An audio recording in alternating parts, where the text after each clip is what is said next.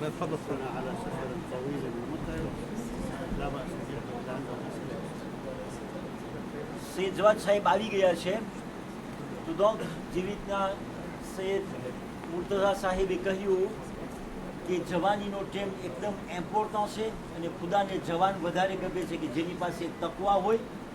હવે આપણી કાલની સફર છે એટલા માટે ટાઈમ એકદમ આપણો લિમિટેડ છે, પણ તે છતાં જ્યારે જમાતના સંચાલકોએ માંગણી કરી કે અમારા જવાન છોકરા અને છોકરીઓ એકદમ તરસ્યા છે, એ લોકો પાસે અમુક સવાલ છે, એટલા માટે સૈયદ સાહેબ કહે છે કે આપણે 2-3 જેટલા ઇમ્પોર્ટન્ટ સવાલ હોય એના તમને જવાબ દેવાને તૈયાર છે. હાલત કે એ પ્રોગ્રામમાં હતું નહીં, લગભગ 12 થઈ ગયા છે, પણ તમને ખુશ કરવા માટે તમારી જે તરસ છે એને બુજાવવા માટે સૈયદ સાહેબ ખાસ આપણે તૈયાર થયા છે.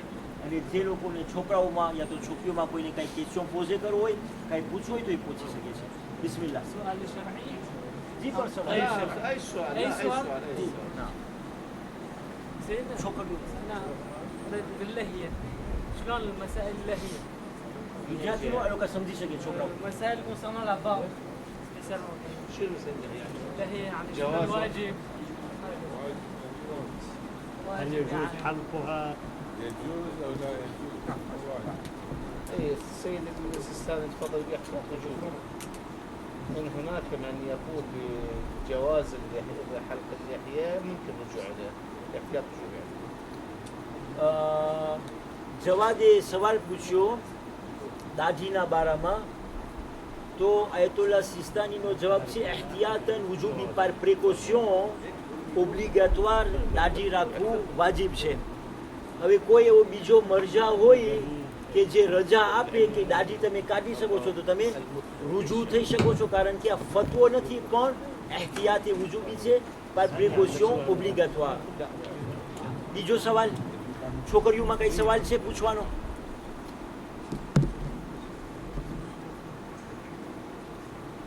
છોકરીઓમાં કઈ સવાલ છે પૂછવાનો? છોકરાઓમાં જી અમને એમ હતું કે માશાઅલ્લાહ એટલા સવાલ થશે કે ફજરની નમાઝ સુધી રહેવું પડશે અહીંયા આગળ.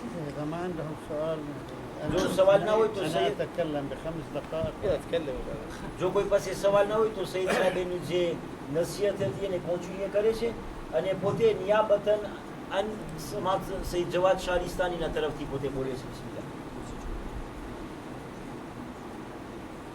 أشكركم جميعا على هذا اللقاء، وأرى أنه من اللقاءات المفيدة جدا. સૌ પ્રથમ પોતે બહુ ખુશ થાય છે અને તમારો શુક્રગુજાર કરે છે કે આવી બેઠક તમે પોતે જવાન થઈને માંગણી કરી છે, કારણ કે આ બેઠક ça donne un beaucoup de changement dans la vie અને ખુસુસન કે જે તમે આજે આવી ઉંમરમાં છો અને તમને ટાઈમ પસાર થઈ ગયો છે છતાં તમે આવી બેઠક માંગો છો.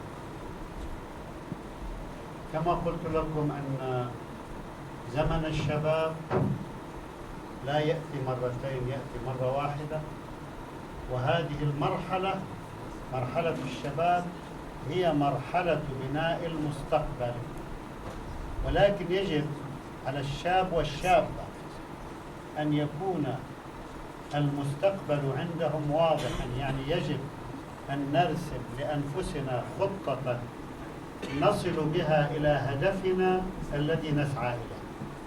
ما هو الهدف الذي نسعى إليه؟ આ જવાની એવો ટાઈમ છે કે જેવી રીતના આ જવાનીમાં તમે વરતશો, જેવી રીતે તમારી જિંદગીને તમે ત્રાસે કરશો એના ઉપર તમારું ફ્યુચર બાઝે થશે. જો જવાની તમારી સરખી રીતના સ્ટ્રક્ચરે નહીં હોય તો ઓટોમેટિકમાં આવનાર દિવસો સવાય તરફ સોમ્ર. અને જવાનીના અંદરમાં શું જવાબદારી છે, કેવી રીતના કરવું ખપે, જો જવાનીનો ટાઈમ સરખો ના હોય તો શું પસાર થાય છે એ હમણાં પોતે સમજાવે છે. نحن كثيرا ما نضيع الهدف لأننا لا نفكر جيدا ولا نضع خطة صحيحة وواضحة لما نريده في المستقبل. كل إنسان يريد أن يتعلم ويدرس ليصل إلى مرحلة من الدراسة، ما هو الهدف؟ أريد أن أصير طبيب أو مهندس أو متخصص في أي مجال من المجالات. ما هو الهدف الذي نسعى إليه؟ هل هو الوظيفة؟ هل هو جمع المال؟ هل هو أن يكون لي موقع كبير بين الناس؟ ما هو الهدف الذي أسعى إليه؟ هذا الهدف يجب أن نضعه من البداية أمام أعيننا. يجب أن يكون الهدف ذو شقين. نحن لم نخلق لنعيش في هذه الدنيا فقط. حياتنا ليست حياة خالدة وليست حياة دائمة، وإنما هي مرحلة مؤقتة تنتهي بعد مدة من الزمن وتبدأ مرحلة جديدة. આપણી જિંદગીના અંદરમાં એક વ્યૂ હોવું કે મને ક્યાં પહોંચવું છે એ એકદમ ઇમ્પોર્ટન્ટ વાત છે. જ્યારે તમે ભણતા હોય ત્યારે ભણીને તમને એટલું મગજમાં જાણવું ખપે કે મને ડાક્ટર થવું છે, મને એન્જિનિયર થવું છે, કે મને પછી કોઈ ફિલોસોફ થવું છે. એટલે જ્યાં સુધી તમારા મગજમાં વ્યૂ ના હોય તમને ક્યાં પહોંચવું છે ત્યાં સુધી કોઈ દિવસ તમારા ભણતરમાં તમને સરખાઈ ના આવે. જેવો તમારો વ્યૂ ઊંચો હશે એ પ્રમાણે તમારી ભણતર તમે સરખી રીતના સિરિયસમાં પતાવશો. અને એક વસ્તુ ના ભૂલશો કે તમે જ્યાં સુધી પહોંચ્યા પણ ભૂલતા નહીં કે આ દુનિયાની જિંદગી એક મુઆક્કત યાની કે અમુક ટાઈમ માટે છે. અલ્લાહે આપણને આ દુનિયા માટે પેદા નથી કર્યા. આ દુનિયા પછી હજી એક બીજી જિંદગી છે જે હંમેશ માટે છે, જે અબદી જિંદગી છે અને જે ખરેખર ઈ સૌથી સાચી અને સારી જિંદગી છે. આ દુનિયામાં આપણે ખાલી પસાર થવા માટે આવ્યા છે. إذن حينما أتعلم وأدرس في أيام الشباب لا يجوز أن يكون هدفي فقط هو الحياة المادية، لأن الحياة المادية تنتهي عند فترة من الزمن وبعد ذلك تبدأ حياة أخرى. يجب أن أهيئ نفسي لكسب الحياتين معا. هذا واحد. الشيء الآخر يجب أن أعرف ما هي مسؤولياتي التي وضعها الله علي وعلى أساسها أحدد الهدف. એક વસ્તુ ભૂલતા નહીં કે આ જિંદગીના અંદરમાં આપણે બંને હયાતની કોશિશ કરવી ખપે. યાની કે હું ભણું છું બરાબર છે એન્જિનિયર બનવા માટે કે કોઈ પણ એવો મર્તબો મળવા માટે, પણ એની સાથે આખેરતમાં પણ ઇલ્ફો કે આપણી પાસે એવો ગ્રાજ હોય ભણીને એટલા છેટે પૂગ્યાને જો આવનાર દિવસ જે ખરા દિવસો છે જો એ ખાલી હોય તો શું કામનું. એટલા માટે જ્યારે આપણે વિજય કરે મનાઈ નથી એ કે બે જિંદગી, આ દુનિયાની જિંદગી અને આખેરતની જિંદગી પણ એના ઉપર વિચારણા કરવું, એની પણ તૈયારી કરવી એકદમ આપણા ઉપર જરૂર છે. حتى لا أطيل الحديث فقط أوجه حديثي إلى الشباب بشكل مختصر ثم إلى الأخوات.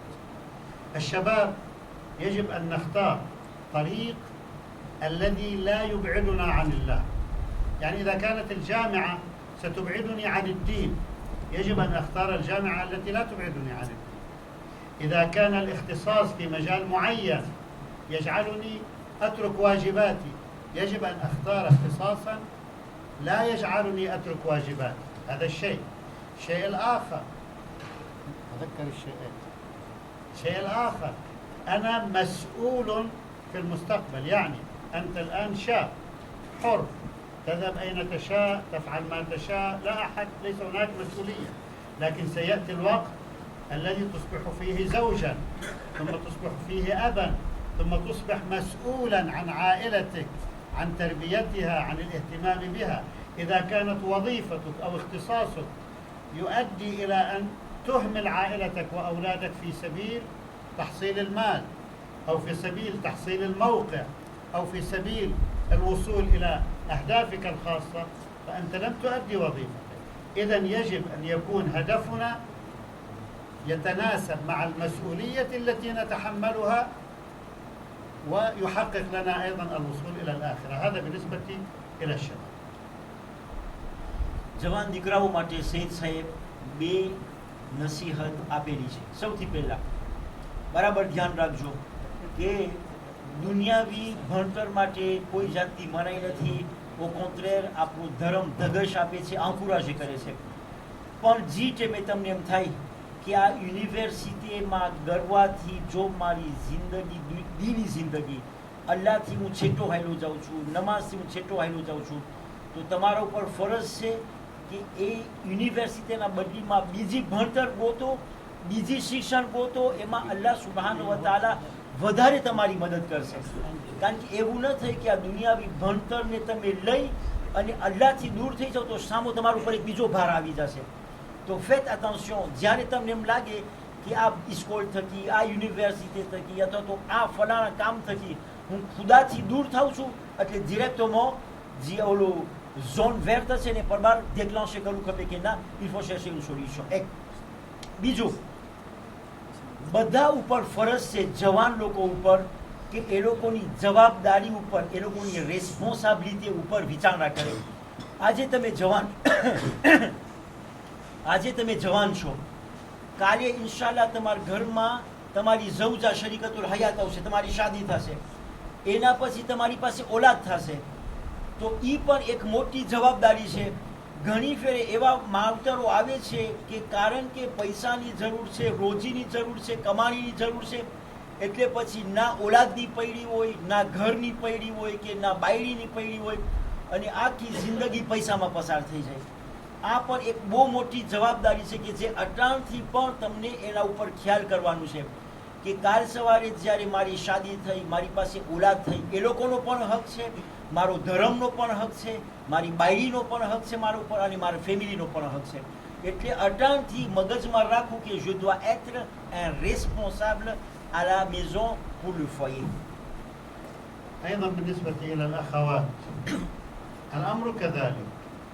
اليوم أنت حرة، ليس هناك أي مسؤولية، لكن سيأتي الوقت وإن شاء الله يكون قريبا جدا ستصبحين زوجة وتصبحين أم.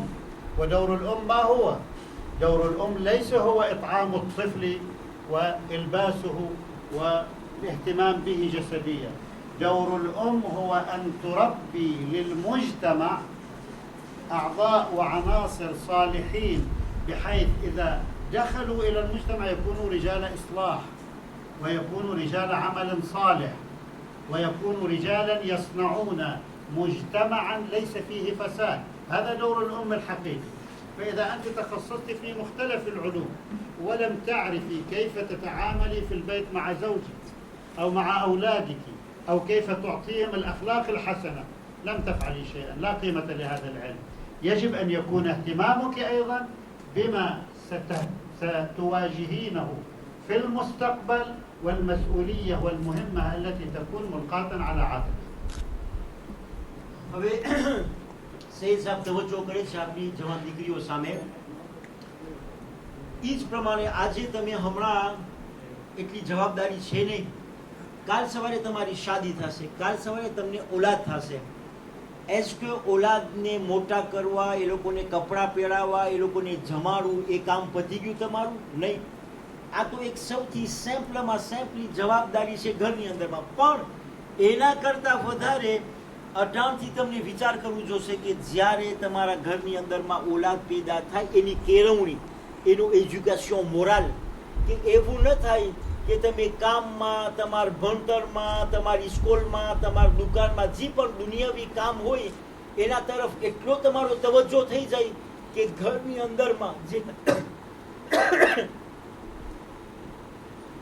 અંદરમાં જે ઓલાદની કેળવણી, જેનો એજ્યુકેશન મોરાલ છે એને તમે ભૂલી જાઓ.